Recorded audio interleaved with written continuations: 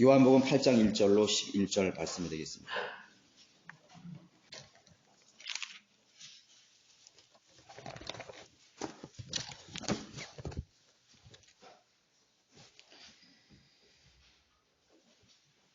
요한복음 8장 1절로 11절 말씀 제가 받들어 읽어드리겠습니다. 예수께서는 올리브산으로 가시니라. 이른 아침에 다시 성전으로 나오시니 모든 사람들이 주께로 오더라. 주께서 앉으셔서 그들을 가르치시더라.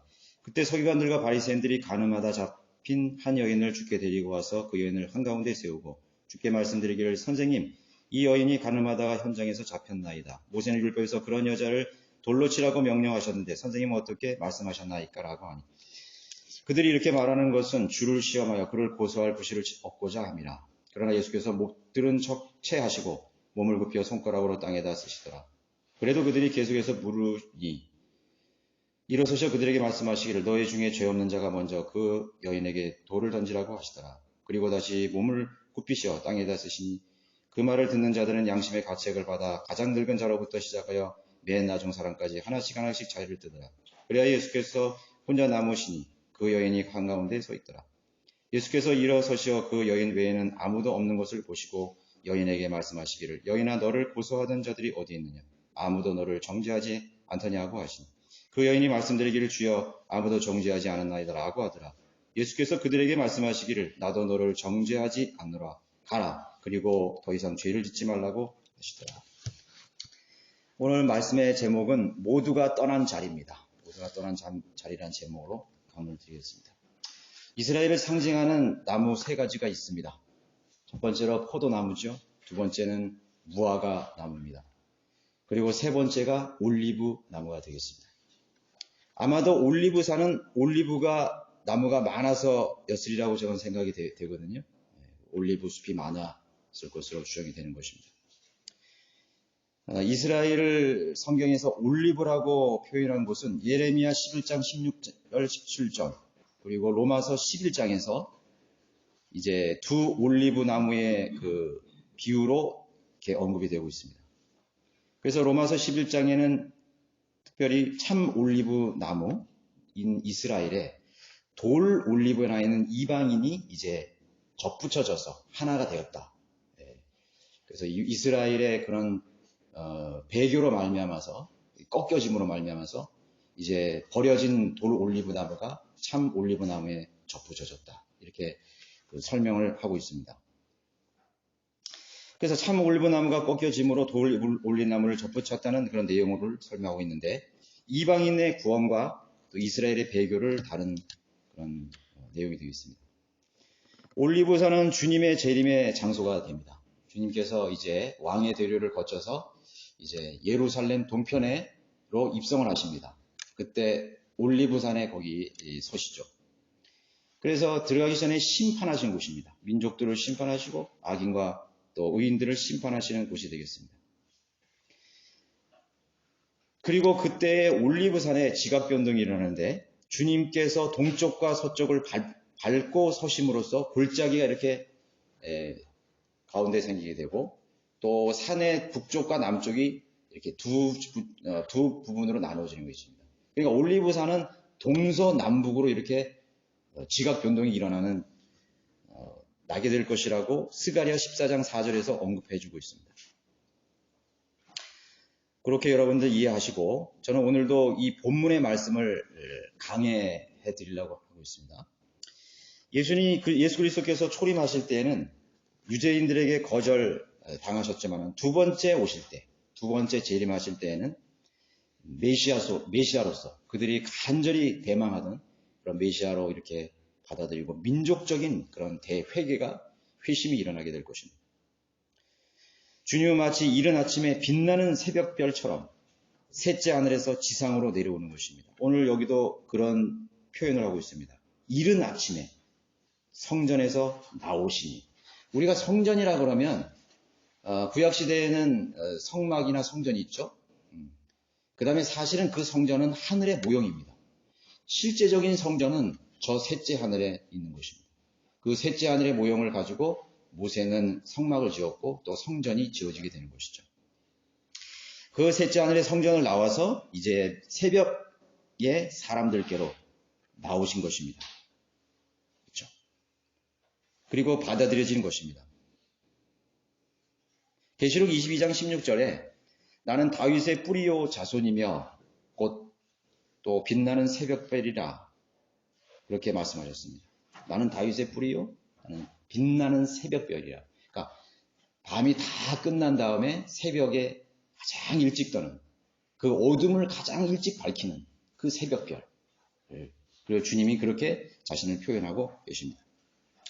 그런데 이사야 14장 12절에 보시면은 오 아침의 아들 루시퍼야, 사탄의 이름을 유일하게 밝히는 성경이 킹 제임스 성경이죠. 개역 성경은 사탄의 정체를 그거를 은폐하기 위해서 거기다가 뭐를 집어넣냐면 예수님을 지칭하는 계명성을 갖다가 넣은 것입니다. 그 계명성이라는 것은 새벽별이라는 뜻이에요. 그러니까 마귀를 지칭하는 곳에 예수 그리스도를 지칭하는 예수님의 이름을 넣어버린 거예요. 심각하죠? 심각한 것입니다. 심각한 거예요. 자기의 그 족보 이름에, 자기 아버지의 이름에 거기다가 무슨 히틀러나 아니면 김정은이나 무슨 그런 살인마들의 이름을 여러분 끼워 넣었다고 생각해 보세요. 가만히 있겠어요? 안 되죠. 안 되는 거죠. 안 되는 것입니다. 그건 너무나 심각한 것이죠. 사탄의 발견. 거기서도 이제 아침에 그 새벽벌이라는 계명성을 거기에 넣은 것입니다. 의도적인 변기죠. 개혁 성경을 비롯한 로마 카톨릭 개혁의 성서들은 루시퍼의 자리에 예수 그리스도를 지칭하는 그 계명성, 새벽별을 모닝스타죠. 모닝스타. NIV에는 모닝스타로 넣은 것입니다. 제가 필리핀에 갔을 때 그 근본주의 침례교회 목사들이 모인 자리에서 제가 얘기했어요.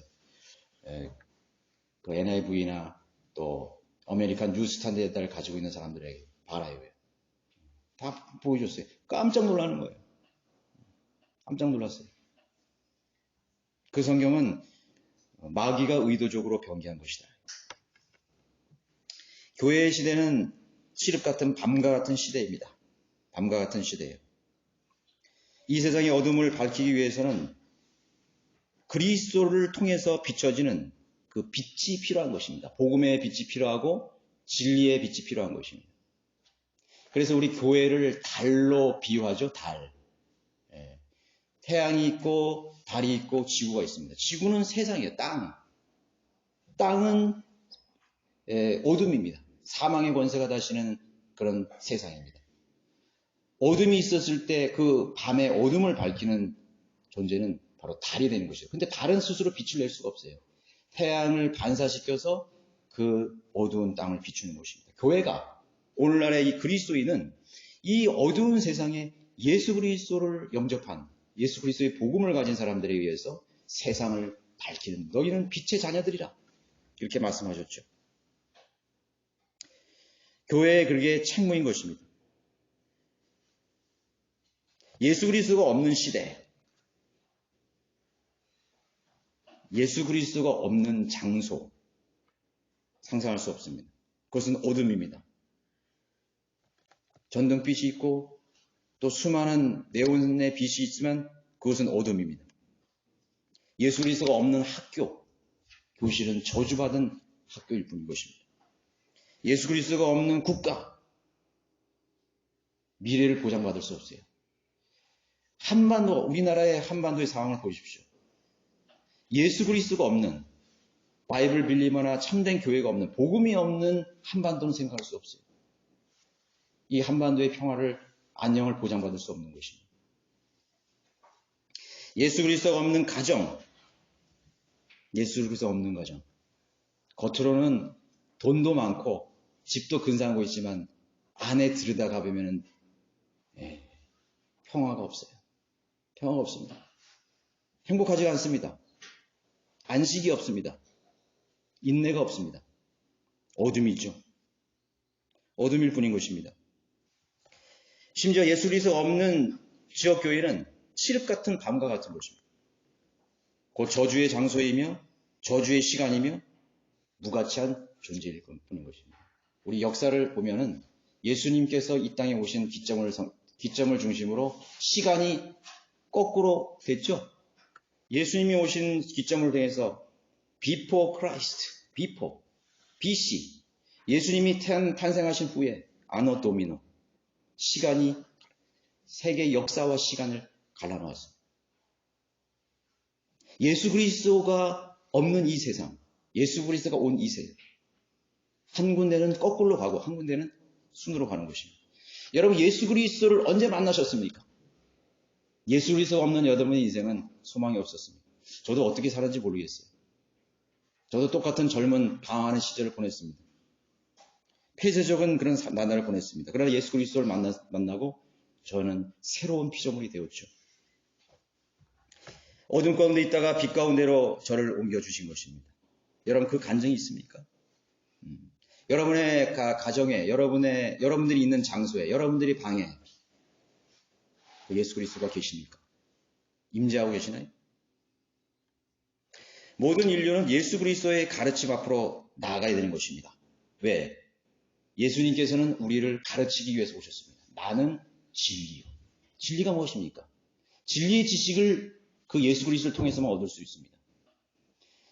나는 길이요 진리요 생명이라. 예수 그리스도가 없으면 어디로 가야 될지 몰라요. 다 각기 제 길로 가랍니다. 자기 눈에 옳은 길로 갔지만 그 끝은 멸망의 길이고 파멸의 길입니다.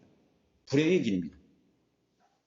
나는 진리요. 그분이 아니면 우리는 아무것도 할 수 없습니다. 나는 생명이라. 그분이 아니면 우리는 죽음에는 아무것도 없습니다. 예수 그리스도를 통해서 우리는 참된 진리를 배울 수 있고 길과 생명을 배울 수 있습니다. 그래서 예수님께서는 이 땅에 오셔서 그들을 가르치신 것입니다. 그리고 우리에게 성경을 주셨죠. 우리는 예수님 앞에 나아가서 마음을 다해서 배워야 됩니다. 디모데후서 2장 15절에 내가 진리의 말씀을 올바로 나누어 자신이 하나님 앞에 부끄럽지 않는 일꾼으로 인정받도록 공부하라. 그건 명령입니다. 명령이에요. 선택사항이 아닙니다. 여러분들이 복음을 통해서 하나님의 자녀가 되었으면 반드시 공부해야 됩니다. 왜냐하면 예수님은 가르치시는 분이기 때문에 그분 앞에 나가서 열심히 공부해야 됩니다. 왜 성경책을 이렇게 두툼한 성경책을 줬을까요? 이거 굉장히 광대한 책입니다. 어떤 책보다 두꺼운 책이에요. 여러분, 평생을 배워도 이 성경을 다 배울 수가 없을 것입니다. 평생을 이 성경을 묵상하고 캐내어도 거기에서 보화와 진주를 다 캐낼 수 없습니다. 무궁무진합니다. 파면 팔수록, 더 깊이 들어가면 들수록 더 신비스러운 지식과 비밀들이 나오는 것입니다. 그런 사람들이 공부를 안 해요. 처음에 힘들거든요. 그래서 멀리합니다. 세상의 학문에 수백만 원, 수천만 원을 씁니다. 유학을 가서 그 썩어질 지식을 공부하기 위해서 얼마나 많은 시간과 정열과 젊음을 낭비하고 있습니까? 우리나라에 박사학위를 받은 사람이 2만 명이 넘다고 합니다. 그 2만 명이 넘는 사람이 뭘 할 수 있어요? 부패한 지식이죠. 예수 그리스도가 없는 학문은 저주받은 학문이라고 말씀하신 거죠. 인정받도록 공부하라. 저는 제도교에서 부사역자라도 이러고 사역자로 일했지만 한 번도 성경을 배운 적이 없어요. 제도교회 장로교회 신학교를 다녔지만 거기에 성경 과목이 한 과목도 없었습니다. 구약개론, 신약개론, 그리고 넘어가는 거예요. 천학, 인문학, 국어. 거긴 신학을 배우는 것이 아니라 하나님 말씀 배우는 것이 아니라 라이센스를 따는 과정일 뿐이에요. 라이센스. 목사 면허 따는 것이에요. 그렇게 남발하는 것이 세상입니다. 종교가 되었어요. 성령으로 인도받는 모든 사람들은 진리를 갈급해야 하고 그 진리를 갈급하는 사람만이 그 사람들에게만이 하나님께서 모든 진리로 인도해 주시는 것입니다. 여러분들은 성령님께서 여러분을 인도해 주셔서 진리가 있는 곳에 모셨습니다. 그 길은 좁고 그 문은 작습니다. 찾는 자가 적습니다. 이 바이블 빌리버, 성경 믿는 사람에게 교회 사람이 없는가? 당연한 것이죠. 그건 성경의 예언입니다. 대한민국만 아니라 미국 어디를 가도 성경대를 믿는 사람은 소수에 불과한 것이죠. 자, 이제 3절에 내려가시면은 서기관과 바리새인들이 이제 등장합니다. 등장하는데 그들만 등장하는 게 아니라 가늠하다 잡힌 여인을 끌고 오는 것입니다. 한 여인을 데리고 그 여인을 한가운데 세웠다고 말하고 있습니다. 왜 데려왔을까요? 서기관과 바리새인들이 왜 그 가늠한 여인을 데려왔습니까? 그것을 6절에 언급하고 있죠. 그들이 이렇게 말하는 것은 주를 시험하여 그를 고소할 구실을 얻고자 합니다. 예수님을 시험하기 위해서. 그리고 그 여인을 고소하기 위해서. 고소는 누가 하죠? 검사가 하잖아요, 검사. 죄를 막 파헤치고 뒤집어 씌워가지고 어떻게 하면 그 사람을 기소시켜가지고 판사 앞에서 정죄받게 하는 거예요. 그게 검사가 할 일이에요. 마치 바리새인과 서기관은 죄를 뒤집어 씌워서 죄를 밝혀내서 고소하는 자예요. 참소하는 자예요. 그거는 마귀가 하는 것입니다. 마귀는 참소하는 자고 고소하는 자예요. 이 세상의 모든 사람들의 생리를 다 알고 있습니다. 하나님이 여러분들 아시지만요. 하나님처럼 여러분들을 잘 아는 존재가 마귀예요. 악령은 여러분들 너무나 잘 알고 있어요. 그래서 여러분들의 사주팔자를 관장하는 것입니다. 아, 내 팔자야. 그렇죠. 하나님이 없는 인생은 마귀가 그 인생을 관장하는 거예요. 내가 생년월일시 딱 나오잖아요. 첫 번째 출생은 잘못됐어요. 마귀의 자녀로 태어난 것이에요. 그래서 그때부터 그 인생은 마귀의 종으로 시작이 되는 것입니다. 참 인간은 불쌍한 존재예요. 내 마음대로 못해요. 여러분 내 의지대로 된 적이 있어요? 내가 계획한 대로 되어 있습니까? 이 세상이 내가 계획한 대로 된다면 얼마나 좋겠어요. 내가 청소부 되고 싶어서 청소했어요? 내가 슈퍼마켓에서 거세 좀 돈이나 주려고 그거 했겠어요? 아니라고요. 어떤 사람이든 만족하지 못하게 그렇게 사는 것입니다. 제가 직업을 이렇게 폄하하고 그런 건 아닙니다. 내가 원하는 것이 내가 하고 싶은 대로 인생이 그렇게 되는 게 아니라는 거예요. 그게 인생입니다. 마귀가 우리 인생을 지배하는 것이죠. 우리의 죄를 통해서 마귀가 우리를 관장하는 것입니다. 그들은 누구입니까? 바리새인과 서기관들, 또 사두개인들, 당대 열성을 가진 율법사들이었고 종교 지도자들이었습니다. 신앙의 인도자였죠.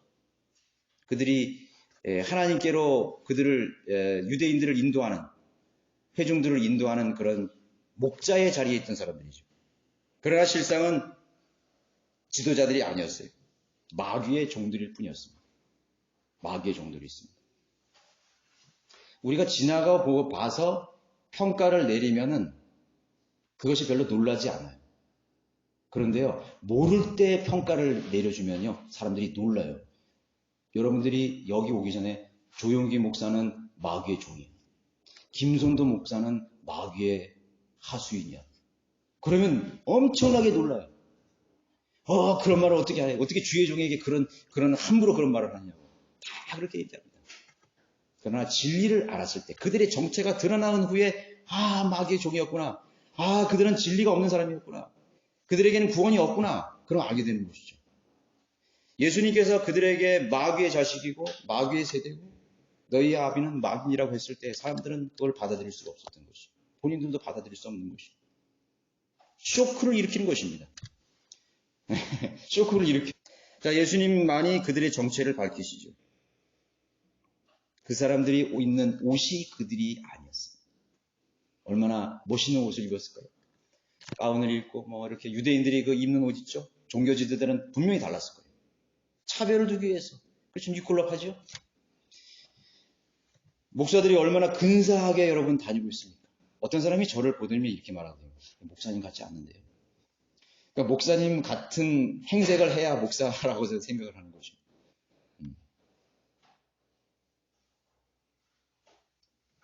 그들이 입는 옷이 그 사람이 아니에요.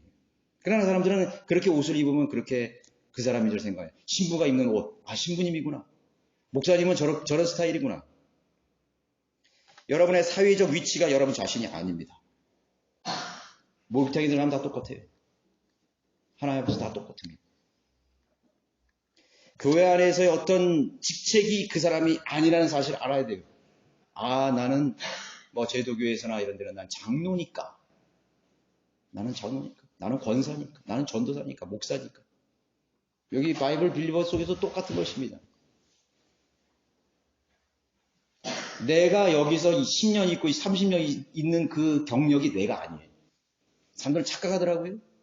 아, 나는 설교자니까. 하나님 그렇게 보시는 게 아니에요.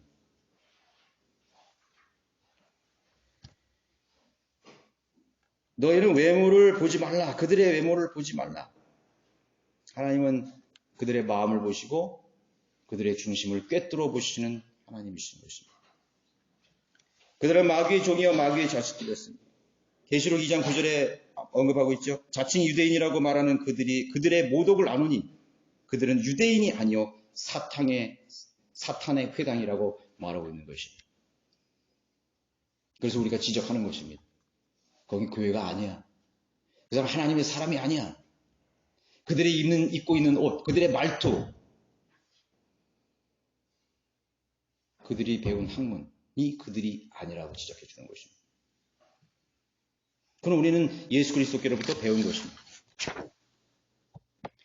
성경책을 끼고 예배당에 앉아 있다고, 강단에서 설교한다고 그리스도인이 아니란 말이죠. 아니란 말이죠. 사탄의 종들은 곧 마귀의 화신이요 마귀의 아바타인 것입니다. 그런 마귀가 의도한 대로 마귀의 종으로 쓰임받는 것입니다. 마귀에게 정복된 사람은 더 이상 전에 그 사람이 아니라는 사실이에요. 하나님의 일을 방해하는 자요 대적하는 것입니다. 여기 바리새인들과 서기관들이 지금 예수님의 말씀을 배우려고 왔습니까? 그분의 입에서 나오는 진리의 말씀과 생명의 말씀을 하나라도 더 놓치지 않고 배우려고 하는 그런 마음으로 나왔습니까? No. 절대로 그럴 일이 없죠. 마귀의 종들이니까. 마귀의 종들은 하나님의 말씀에 절대로 반응하지 않습니다. 진리에 거듭나지 않은 사람들조차도 하나님의 말씀에 절대로 반응해요. 꿈틀거리지가 않아요. 왜? 죽어있기 때문에. 지렁이 더 살아있어야 꿈틀거리는 거예요. 양심이 움직이지 않습니다. 이성이 움직이지 않습니다. 판단력이 작동하지 않습니다. 여러분의 양심은 살아있습니까? 반응하게 되어 있습니다. 책망에 반응하고 촉구에 반응하고 명령에 반응하게 되어 있는 것입니다. 그러나 이들은 하나님을 대적하고 예수 그리스도를 시험하려고 하는 자들이었습니다. 4절에서 주께 말씀드리기를 선생님이 이 여인이 가늠하다가 현장에서 잡혔나이다. 현장에서 잡았대요. 현장에서. 와, 대단한 사람들이죠. 왜 이 사람들이 뭐 하나님의 말씀을 공부하거나 가르치느냐, 뭐 그렇게 될 사람인데 그 죄를 지은 사람들을 잡기 위해서 그 얼마나 돌아다녔으면 그 현장에서 이 가늠하는 데는 이렇게 뭐 공개적인 자리에서 가늠하는 게 아니잖아요. 이렇게 막 이렇게 뭐 좀 수소문 해가지고 막 이렇게 좀 뭐랄까 이렇게 뭐 이렇게 사람을 사가지고 막 이렇게 감시하고 그래야지만 이게 잡아낼 수 있는 게 가늠하는 현장 아니겠어요? 그러니까 현장에서 잡았다는 것은 이 사람이 얼마나 그 죄인들을 잡기 위해서 또 예수님을 곤경에 빠뜨리려고 해서 얼마나 혈안이 되었고 그것을 연구했겠어요. 그래서 잡았다 이거예요. 사냥꾼의 업은요, 사냥감을 찾아서 포획하고 죽이는 일입니다. 사냥꾼은 활이나 칼이나 총을 들고 눈을 깊이 들고 밤이나 낮이나 거기서 막 매복을 하면서 멧돼지도 잡고 사슴도 잡고 하잖아요. 오로지 그 사냥감을 사냥하기 위해서 불을 밝히고 있는 것이 바로 사냥꾼의 그런 열성이죠. 그 열심이라는 것은 얼마나 대단하겠습니까? 지상에 살고 있는 모든 사람의 혼은요, 마귀의 사냥꾼에 불과한 것입니다. 그걸 모르고 살아요. 모르고 삽니다. 그러니까 엉망진창이에요. 은밀한 곳에서 죄를 짓다 하더라도 사냥꾼의 그 시야에 딱 들어오는 것입니다. 그 사냥꾼인 마귀에게 사로잡히고 포획되는 것입니다. 심지어는 죽임을 당하는 것입니다. 이 세상의 모든 사람들의 혼은 태어나자마자 자신의 종으로 도구요 또 포로로 삼아버리는 것이 평생을 죽기를 무서워 종로로 타다가 그렇게 마귀가 가는 영원한 마귀의 운명과 함께 저주의 장소로 가게 되는 것입니다. 종교의 세계라는 것은요, 마귀의 거대한 그물과도 같고 덕과 같은 것입니다. 종교의 세계. 여러분, 불교 국가에서 태어나면 어떻게 되는지 아세요? 그럼 평생 우상 숭배하다가 지옥에 가는 것입니다. 불교 국가가 얼마나 많아요? 이 지금 동양, 이 아시아권의 불교 국가가 얼마나 많아요? 우리 캄보디아 가봤잖아요, 캄보디아. 가는 데마다 불상이 없는데 거리에도 불상이 있고 유적지도 모두 뱀상, 힌두교. 평생을 그 뱀신 불상에게 절을 하다가 불공을 들이다가 죽어서 지옥에 가는 것입니다. 우리가 그것을 볼 때 가슴이 끓지 않겠어요? 불이 타지 않겠어요? 그렇지 않습니까? 누가 그리스도인이 여행을 갔는데 베트남이나 저기 태국이나 버마나 이런 데 갔는데 사람들이 우상을 해요. 여러분 그렇게 즐길 수 있겠어요? 저는 그렇게 못할 것 같아요. 거기를 내가 여행을 하지만 내 가슴 속에 야 이렇게 살다가 죽는 사람이 있구나. 한 사람도 복음을 전하는 사람이 없구나. 전도지 한 장도 없구나. 모두가 배교한 교회. 배교한 교회가 있는 나라는요. 이교도 국가와 똑같은 거예요. 오순절, 은사주의, 먼파 다 그 이교도예요. 이교도. 구원받지 못한 이교도예요. 무늬만 기독교지 전부 이교도예요. 여러분 가슴에 불이 타지 않겠어요? 야 내가 이렇게 살아서는 안 되는다.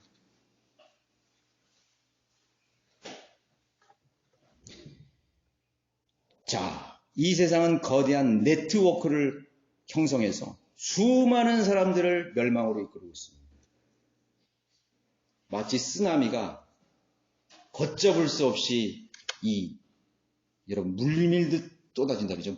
그 방파제가 막을 수 있겠어? 뭘 인력으로 어떻게 막아요?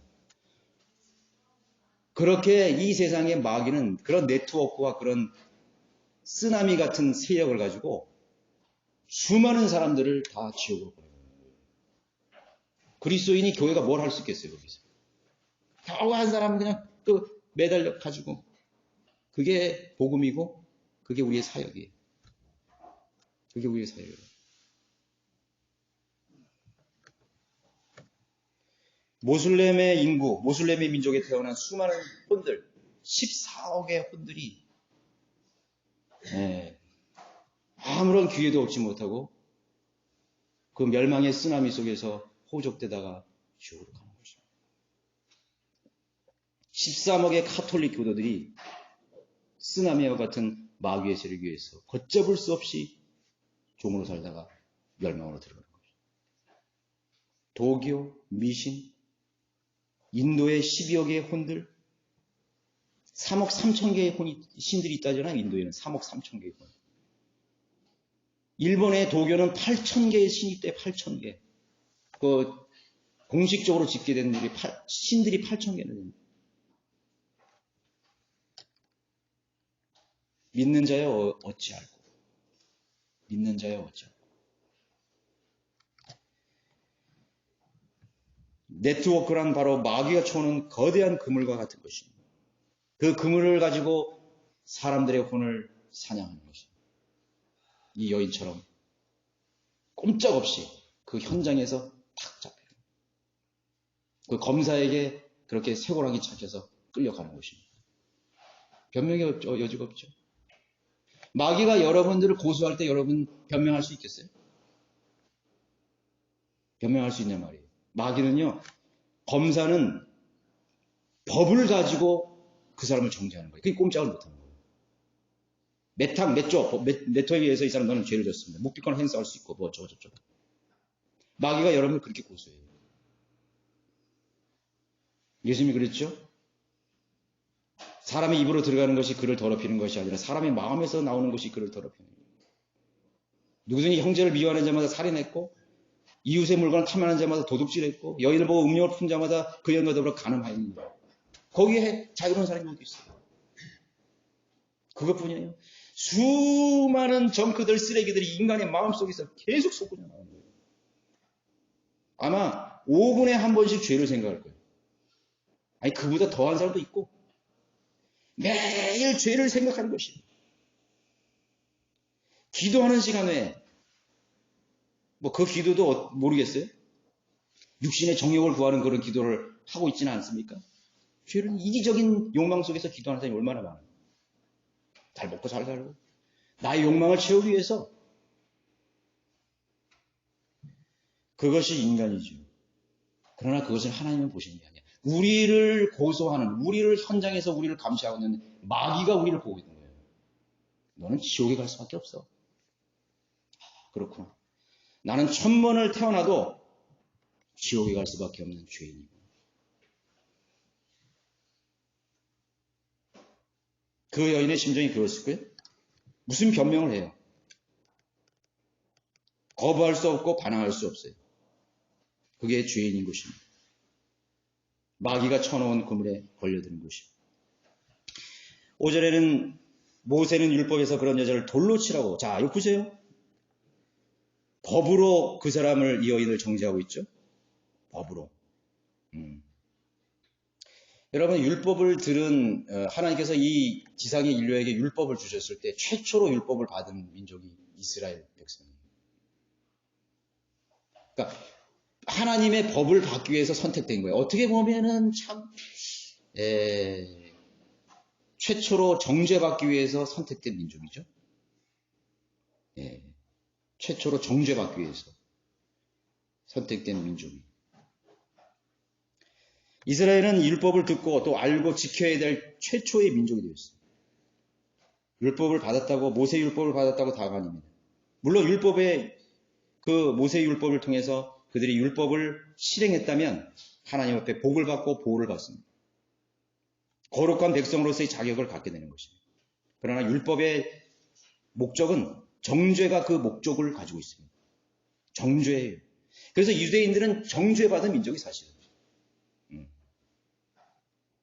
그래서 정죄받을 게 뭐네요? 항상 징계받고 심판받고 2000년간 교회 시대는 온 세상에 다가 나와서 멸시 천대를 받았잖아요.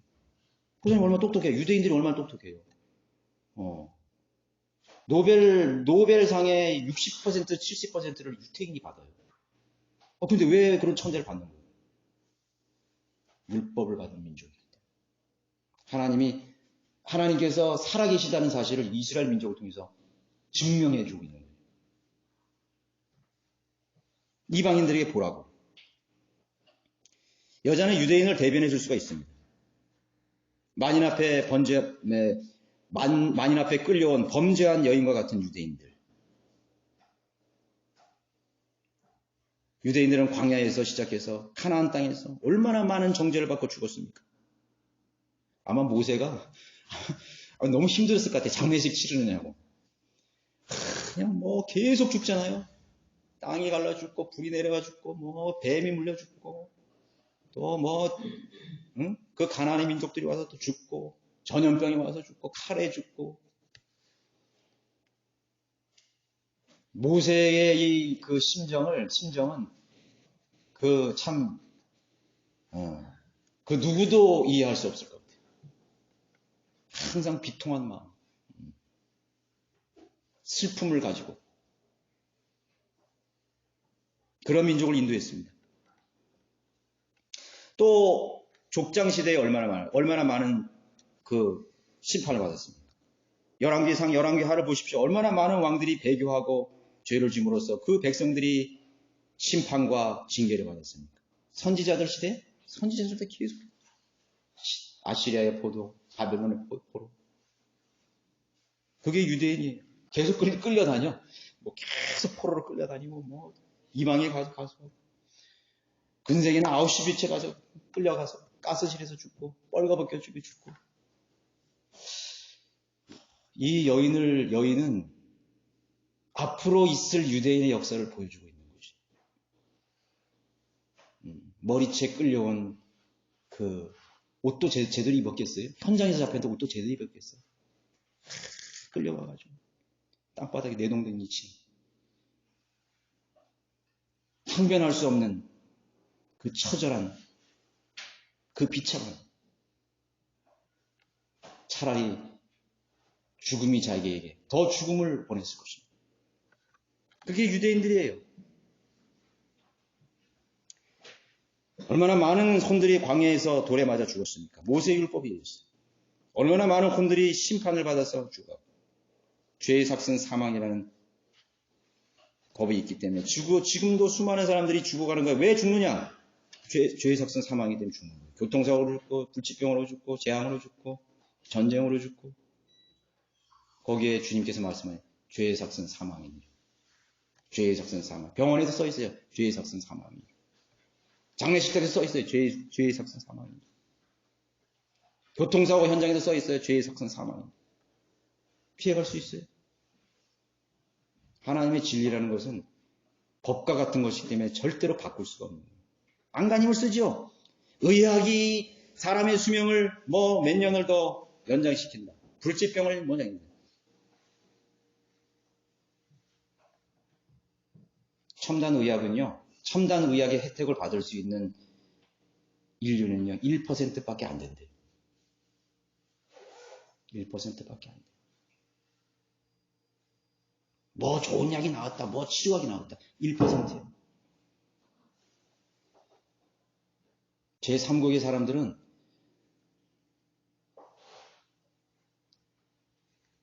기생충약 하나가 없어서 죽어가는 것이. 아세요? 그걸 보셨어요? 기생충약 하나 없어가지고 아기 때 죽는 거예요. 항생제 한 알이 없어가지고 다리를 잘라야 되고. 그렇게 죽어가는 거예요.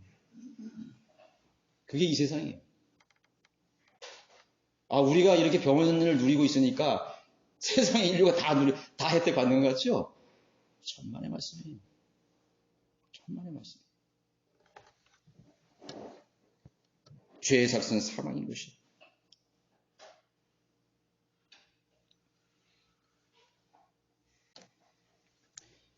아무리 훌륭한 사람도 율법 앞에서 죽게 되는 것입니다. 사망의 권세는 잔인하고 단호합니다. 사망의 권세는 잔인하고 단호해요. 부양할 우리 자식들이 있는데 사망은 단호하고 잔인해요. 너는 여기까지야. 지금 사업이 한참 번창하고 있는데요. 조금만 더. 너의 생애는 여기까지입니다. 여러분 죽는 순간에 여러분 가지고 있던 걸 다 어떻게 되는 거죠? 물론 자식들이 물려주기도 하고 그렇겠죠. 사망은 단호하고 잔인한 것입니다. 사랑하는 자녀가 죽어가는데 그것을 어떻게 부모가 막을 수 있어요? 대신 죽을 수 없잖아요. 사망은 잔인하고 단호한 것입니다. 죄의 삭은 사망인 것입니다. 그렇게 이 여인을 끌고 왔던 것이죠. 돌로 쳐 잔인하고 단호한 것이에요. 여기 이 일을 제기할 사람이 누가 있어요?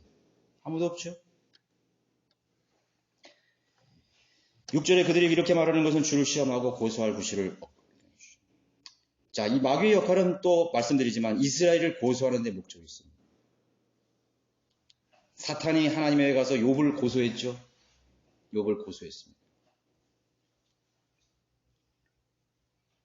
구약의 성도들을 고소했습니다.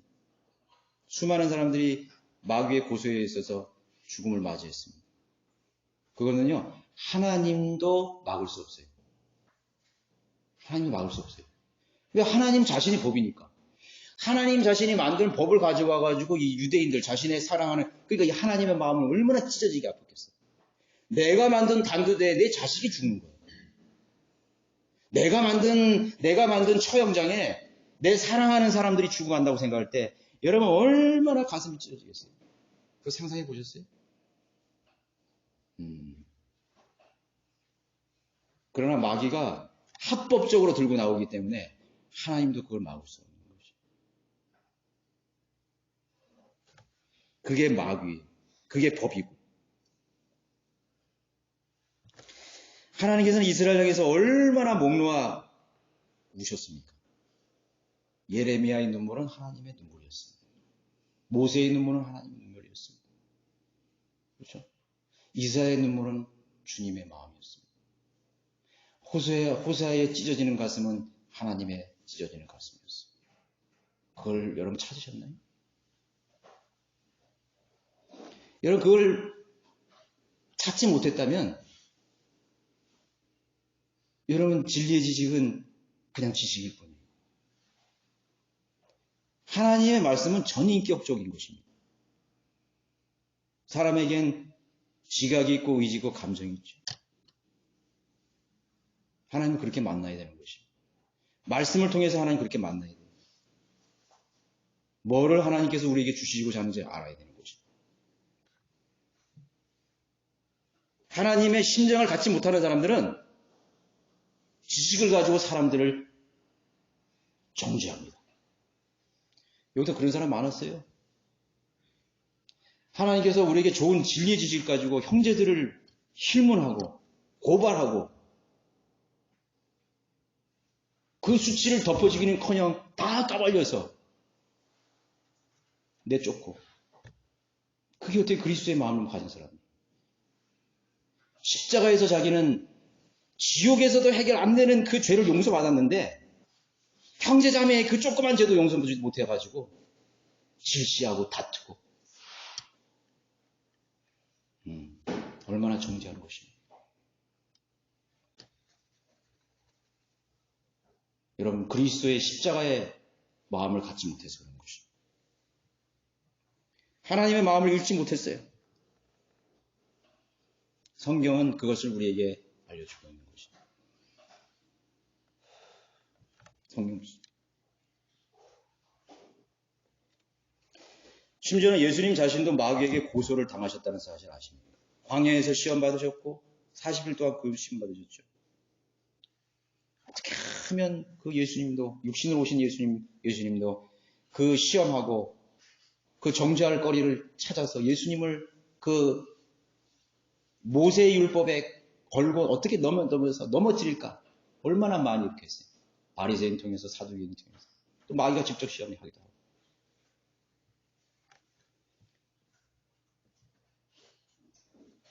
예수님 자신도 시험을 받으신 거예요. 그게 마귀가 하는 것입니다. 예수님도 시험을 받으셨는데 인간이 마귀에게 시험 받으면 안 넘어지겠어요? 다 넘어지죠. 그러니까 마귀를 모르면 그 사람은 믿음 생활을 할 수 없어요. 항상 정복을 당하게 돼 있어요. 마귀에게 끌려가게 돼 있는 거예요. 아침에 일어나자마자 밤까지 마귀의 종으로 사는 것이죠. 교회는 왔다 갔다 하지만 수많은 제목과 구실을 대면서 주님을 넘어뜨리려고 시도했습니다. 그러나 예수 그리스도는 모세에게 율법을 주신 바로 그 하나님 자신이었다는 사실. 예수님께서 뭘로 쓰셨죠? 고소할 구실을 없고자. 그러나 예수께서 못 들은 채 하시고 몸을 굽혀 손가락으로 땅을 쓰십니다. 레위기 20장 10절을 쓰셨을 것입니다. 아마도 그 여인이 간음한 것에 대해서 다른 사람의 아내와 간음하는 자, 즉 자기 이웃의 아내와 간음하는 자는 그 간음한 자와 그 간음한 여자를 반드시 죽일지니라. 레위기 20장 10절의 말씀입니다. 그러니까 두 사람을 다 죽여야 되는 거예요. 근데 여기는 지금 여인만 끌려왔는데 사실은 그 남자도 죽여야 되는 거예요. 근데 사실은 여기 남자도 끌려왔을 수도 있어요. 이 현장에. 다 죽여야 되는 거죠. 근데 주님이 땅에다 뭔가를 쓰셨죠. 성경에서 하나님의 손가락으로 무언가를 쓰신 기록이 3번 나오는데요. 느부갓네살이 만찬을 열 때 그 벽에 손가락이 나타나서 갑자기 저울에 달았더니 모자람이 되더라. 그리고 죽어버렸잖아요. 패망해버렸죠. 예수님이 그 벽에다 쓰셨어요. 또 모세가 시내산에 올라갔을 때 하나님께서 손가락으로 그 돌판에다가 친히 십계명을 다 쓰신 것이에요. 그리고 여기 3번째 예수님이 성육신 하셔서 모세의 돌판에 기록하신 그 손가락으로 이 땅에 쓰신 것이에요. 느부갓네살 그 제국의 왕 앞에 쓰셨던 무시무시한 그 손이 그날 밤 그의 운명이 끝나버린 그 밤에 쓰신 그 글자, 그 손가락이 바로 이 손가락. 예수님을 모르면 두려워할 수가 없죠. 감히. 어떻게 두려워해요? 그 제국을 호령하던 그 제국의 영웅을, 그 막강한 제국을 하룻밤에 다 파멸시킨 그 손가락을 알았더라면 예수님을 더 두려워할 리가, 안 두려워할 리가 어디 있겠어요? 두려워해야 되는 거죠.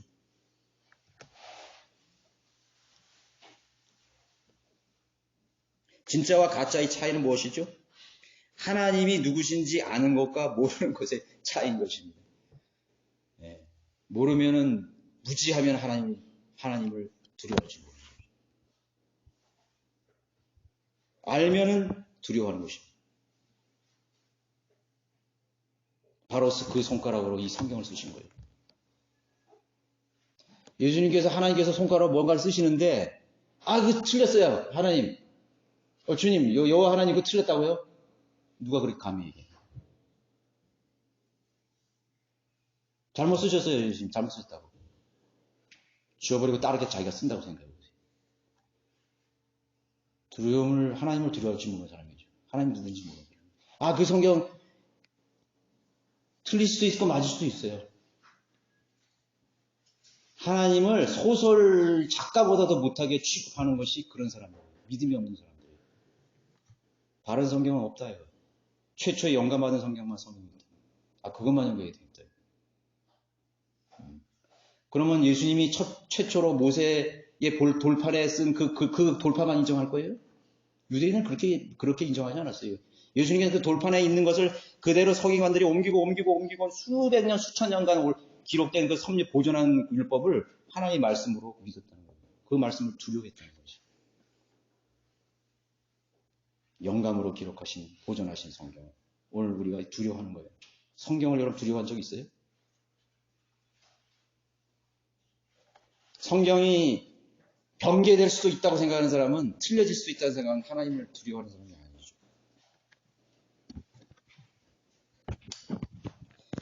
바로 성경이 하나님께서 쓰신 책이냐, 이 믿음으로 판가름 나는 것이, 가짜냐 진짜가 판가름 나는 것이. 하나님께서는요, 주님은요, 몇 번이고 몇십 번이고 몇천 번이고 다시 쓰실 수 있어요. 그래서 성경을 아무리 마귀가, 이교도들이 불태우고 없애고 훼손시켜 계속 쓰시는 거예요. 하나님께서 계속 쓰시는 거예요. 그래서 다수필사본이라고 하잖아요. 다수필사본. 보존된 성경은 다수필사본이에요. 수많은 그런 믿음을 가진 사람, 하나님을 두려워하는 사람들이 그걸 다시 쓰게 했어요. 하나님. 주님의 손가락으로 쓰시게 하신 거예요.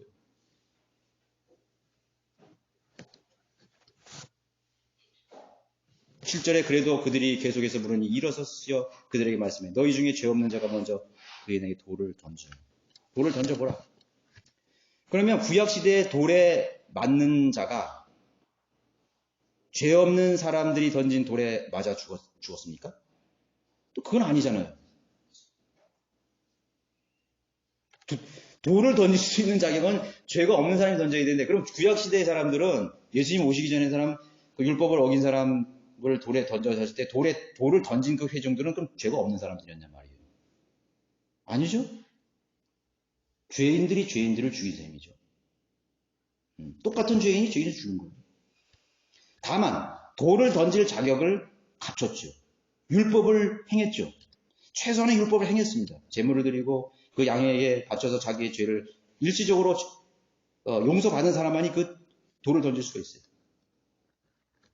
그런데 이 현장에서는 그 자격이 변동이 된 거예요. 변경된 점을 알 수가 있죠. 갑자기 느닷없이 죄가 없는 사람이 돌을 던지라고 그렇게 조건을 다르게 바꾸신 거예요. 죄가 없는 자가 먼저 그에게 돌을 던지라는 뜻은 그 자리에서 돌을 던질 자는 아무도 없다는 것을 뜻하는 거예요.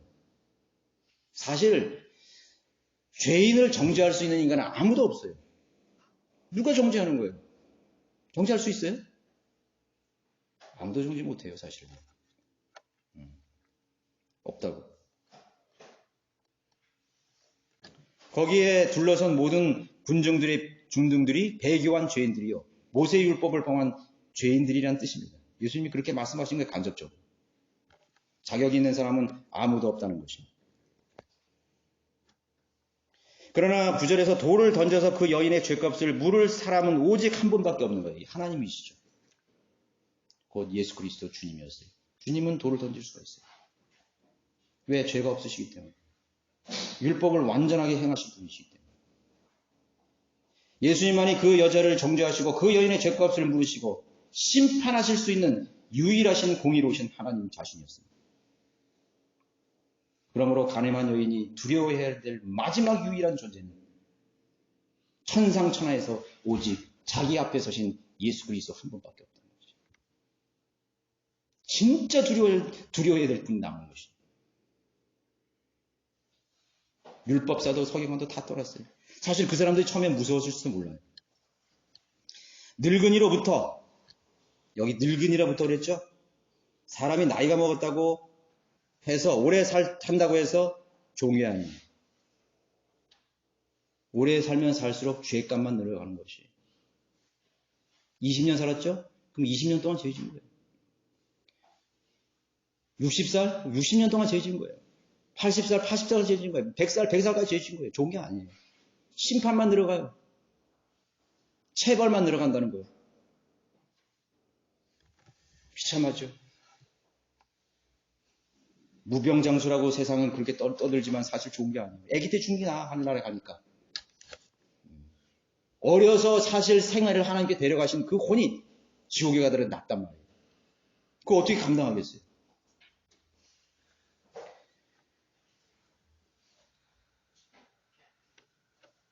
오래 사는 것이 복이 아닌 거예요. 저주인 것입니다. 장수는 성경에서 저주예요. 장수는 저주예요.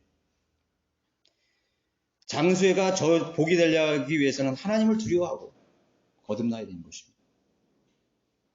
육신의 힘은 없어도 죄 지을 힘은 남아있는 것이 인간이에요. 그걸 아셔야 돼요. 요번에 뉴스 보니까 80세 노인이 12살 초등학생을 성폭행했어요. 그게 인간이에요. 인간이라고. 달라진 거 아무것도 없습니다. 그 혼은 그대로 있습니다. 사람의 껍데기는 늙었지만 그 혼은 그대로 있습니다. 그 알맹이 진짜 죄인의 그 본 모습은 그대로 남아 있습니다. 잘 안 보여, 안 들려? 쇼하는 거 쇼. 그 마음은 펄펄하게 그 죄 속에 살아가지고 죄가 나오는 것입니다. 그게 인간입니다. 하나님은 그것을 아십니다. 그리하여 예수께서 혼자 남으시니 그 여인이 한가운데 서 있더라. 여러분 계시록 20장 11절 15절을 보세요. 계시록 20장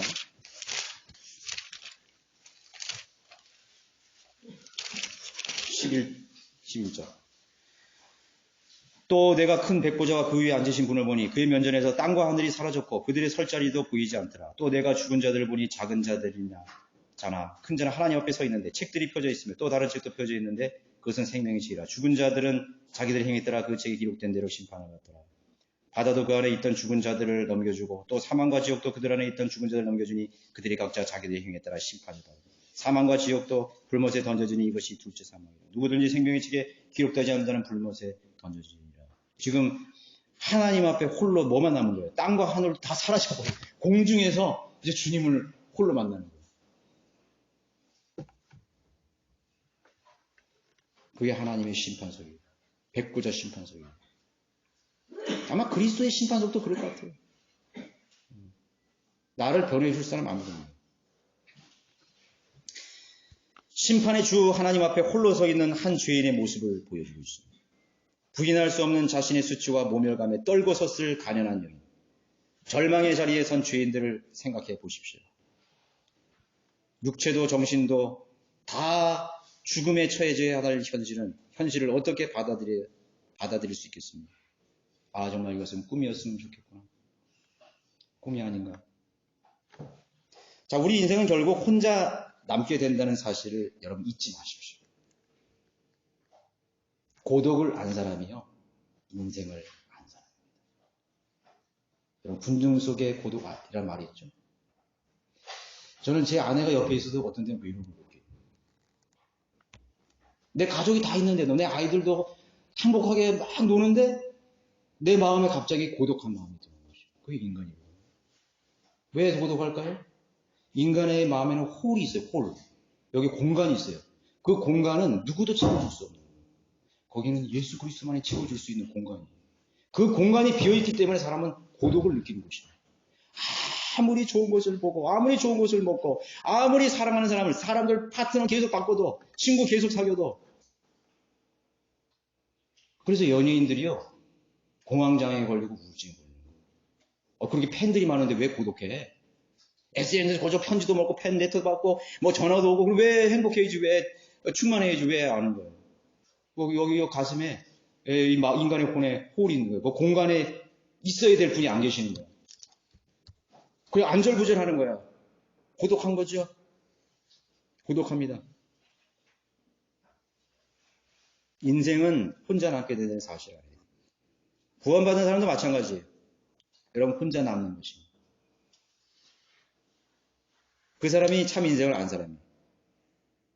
가족들이 있고 사랑하는 사람이 있지만 여러분의 삶은 결국 여러분은 혼자 짊어져야 될 십자가인 것입니다. 대신 살아줄 수 없어요. 자식도 부모도 그 어떤 사람도 나 혼자 다 감당해야 됩니다. 언젠가는 다 끝나는 것입니다. 언젠가는 다 떠나요. 밀물처럼 들어왔다가 밀물처럼 다 사라지는 것이 인간관계인 것이. 예수님도 그랬죠. 너희들도 떠나려느냐. 가라. 예수님 아셨죠? 너희들도. 저도 여기 이렇게 사역을 지금 20년 가까이 하고 있는데요. 수많은 사람들이 저에게 왔다 떠나갔어요. 그게 아니구나. 그래서 이동훈 목사님 항상 얘기하셨어요. 사람을 보지 말라. 내가 그 사람들을 사랑하고 내가 모든 것을 줄 수 있지만 그 사람을 신뢰해서 안 돼. 왜? 떠나는 것이. 그런데 만약에 그 사람이 하늘나라까지 갈 때까지 나와 함께 있다면 얼마나 좋은 친구겠어요. 그렇죠?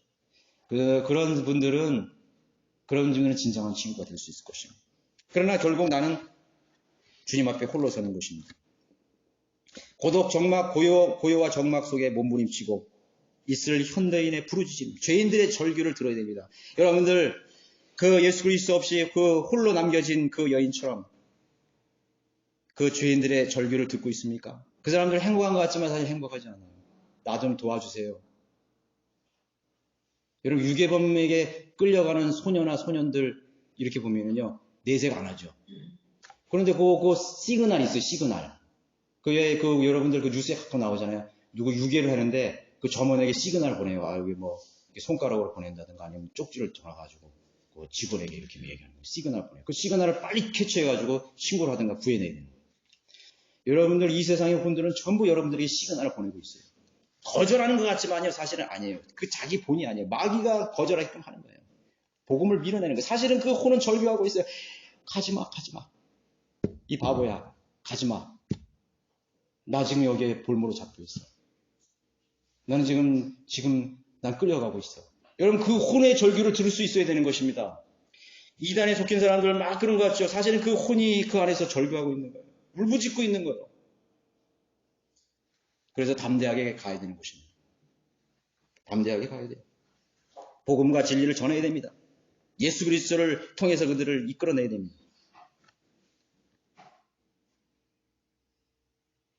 왜 즐거움이 없는가? 왜 우울한가? 모두가 떠났다고 생각하기 때문에 그런 것입니다. 그게 현대인들이에요. 단 한 가지만을 잊었기 때문입니다. 사실 혼자가 아니었죠. 주님이 거기에 서 계셨습니다. 주님이 서 계셨습니다. 그래서 10절에 보시면 예수께서 일어나셔 그의 너희는 아무도 없는 것을 보시고 여러분 예수님을 그때 만나는 것입니다.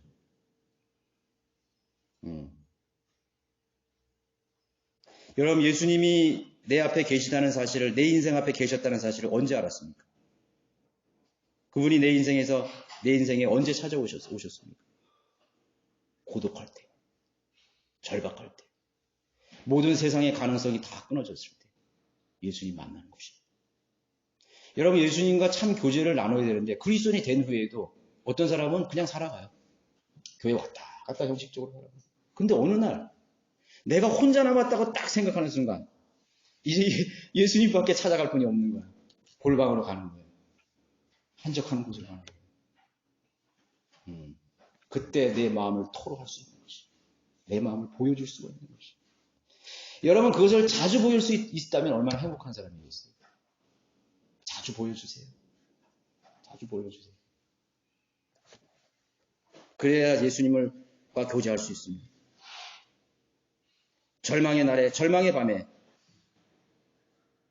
새벽이 깊은, 밤이 깊은 동틀 무렵에 이 우주 공간에 나홀로 서 있다고 느낄 때 오직 한 번 주님은 찾아오신 것입니다. 만날 수 있습니다. 기도의 자리에서, 복음의 자리에서, 주님의 말씀을 묵상하는 자리에서 주님을 만날 수 있습니다. 언제든 여러분 혼자 만나셔야 돼요. 친구가 만날 수 없어요. 회중과 만날 수 없어요. 나 혼자 만나는 것입니다. 그리고 주님은 기꺼이 우리를 만나주시는 것입니다.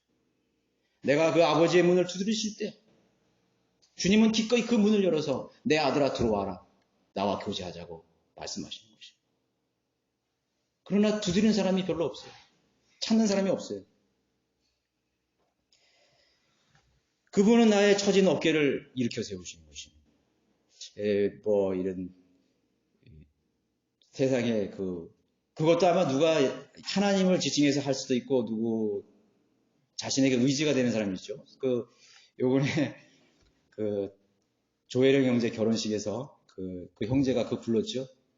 저는 그 가사를 들으면서 You raise me up. You raise me up. 내가 나를 일으켜 세우는 분이다. 당신이 나에게 힘을 주는 사람이다. 당신이 나에게 격려하는 분이다. 당신이 나에게 생명. You raise me up. 우리 주님이 You raise me up. 그 주님이 나를 일으켜 세우는 분이고 나를 수치를 감싸주시는 분이시고 나에게 용기를 주시는 분이신 것이죠. 나의 이 절망의 늪에서 나를 구원해 주시는 분이시죠. 자, 그래서 그 여인을 일으키시는 것입니다. 여인은 죽었어야 되죠. 그 돌에 예수님이 맞아 죽으신 것입니다. 취소된 게 아니에요. 그 여인이 맞아야 될 그 돌에 예수님은 죽으신 것입니다. 그 십자가 위에서.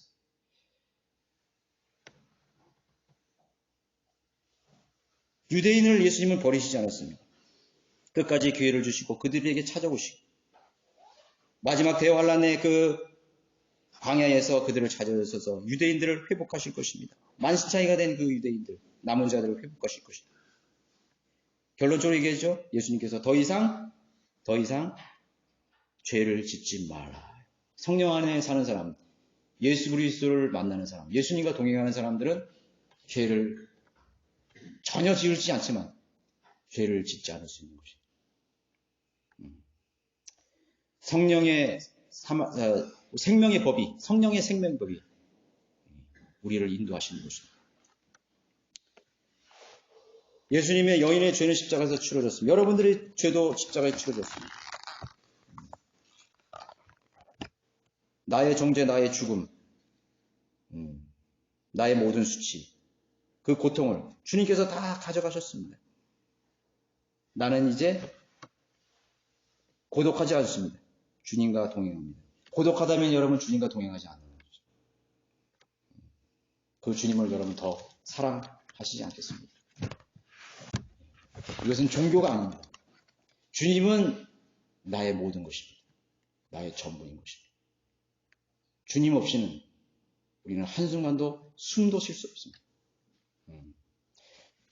주님 없이 천국의 하늘나라에 들어가냐? 그 이전에 주님 없이는 오늘 이 순간 숨도 쉴 수 없어요. 그래서 주님을 더 사랑하시는 여러분들이 되시길